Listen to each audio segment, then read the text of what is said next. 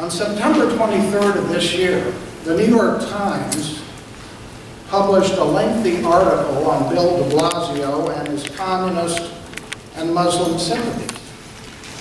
The New York Times ran that profile, disclosing in a matter-of-fact way that he had traveled to Cuba, he had gone to Nicaragua, he was involved in a communist-oriented solidarity movement, and he embraced Islam as an emerging political force. Incredibly, de Blasio says he still supports the Sandinistas, and he remains influenced by liberation theology. I mean, think about it. 3 different names, a honeymoon to Cuba, and support for the communist Sandinistas. Plus, he has a belief in the power of progressive Islam. He promised to close down the New York City Police Department's surveillance of potential terrorists. He also wants to can Police Commissioner Ray Kelly. The storyline out of Nicaragua then and now is still the same. Destroy the imperialists. Or as terrorist bomber Bill Ayers put it to the New Yorker, de Blasio stood up to the imperial monster of the United States. And this security risk is on the verge of becoming mayor of New York City. Together with his wife and partner, Shirlane McRae, we contend they do constitute a Marxist power couple looking to live in Gracie Mansion after November 5th. The Sandinistas were sponsored most directly by the Cuban communists. De Blasio never gave up on Cuba. Think about it. Going to Cuba, he says, in 1994 on a honeymoon. Now,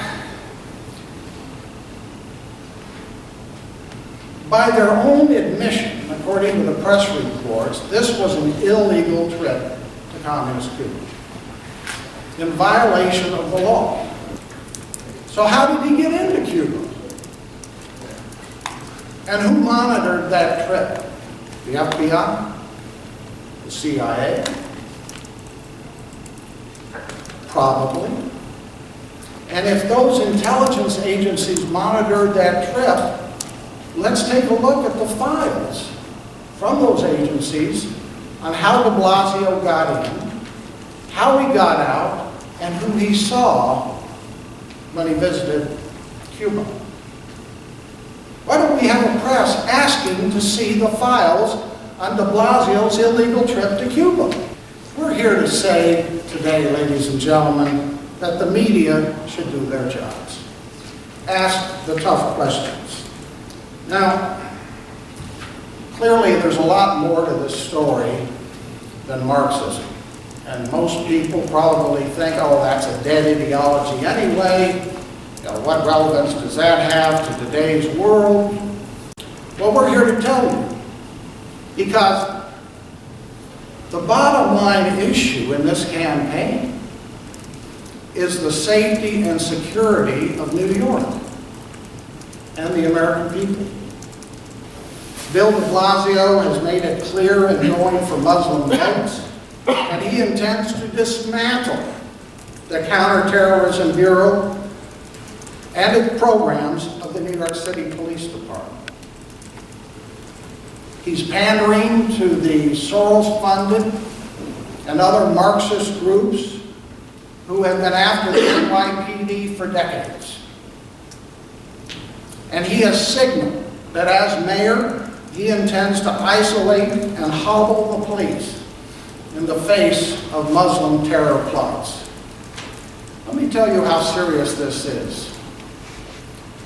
Just a few weeks ago, October 1st, these Marxist lawyers from the National Lawyers Guild were in court, in federal court, demanding new restrictions on the NYPD.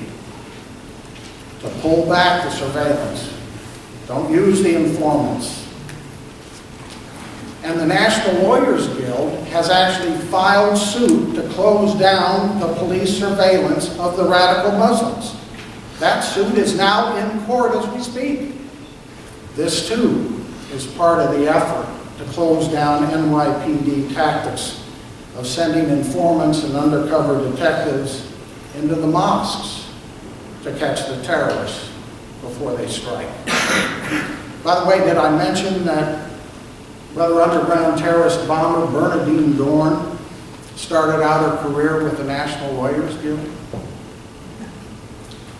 Still another group called Muslim Advocates, with the assistance of the Soros-funded Center for Constitutional Rights, is also suing the NYPD.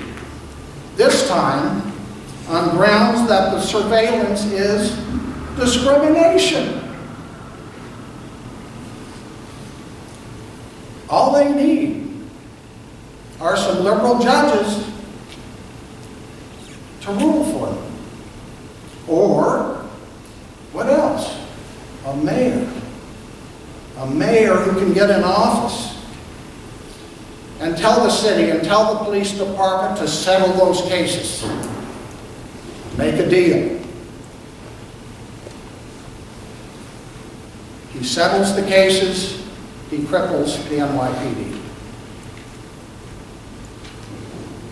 He undermines, perhaps eliminates, the Counter-terrorism Bureau and the Intelligence Division. After reviewing de Blasio's promises to the radical Muslim groups, you have to come to that conclusion. There's no other conclusion to come to. When you see him pandering to Islamists like Linda Sarsour, you have got to come to that conclusion. He is making these promises. Now, for the time being, until after November 5th, even under a liberal like Bloomberg, the New York City government and the police are fighting these lawsuits. In total, there have been 25 post-9/11 terror plots linked to New York City. And the NYPD Intelligence Division has played a role in foiling at least 10 of them. Bill de Blasio's answer? Handcuff the police. Dismantle the so-called secret spying apparatus. Soros, who's backing de Blasio, yet de Blasio advertises his endorsement from Soros on his own campaign website. Let me make it clear, ladies and gentlemen, we're not here to intervene in a political contest. We're here on an educational mission to give you some facts that the media, for some reason, won't provide. We're here to say that you, the people, have a right to know. The media should start doing their jobs. Your lives are on the line. New York City is the target, a big target. Okay, let's put it out in the open.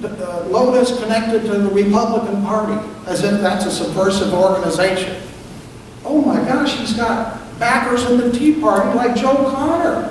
But how does that compare to the Democratic progressive candidate backed by Barack Obama, who is proud of his work for international terrorism in Nicaragua, and who says to this day that he's still influenced by liberation theology and wants to work with, and has shown he intends to do so, with progressive elements of Islam, whoever they may be.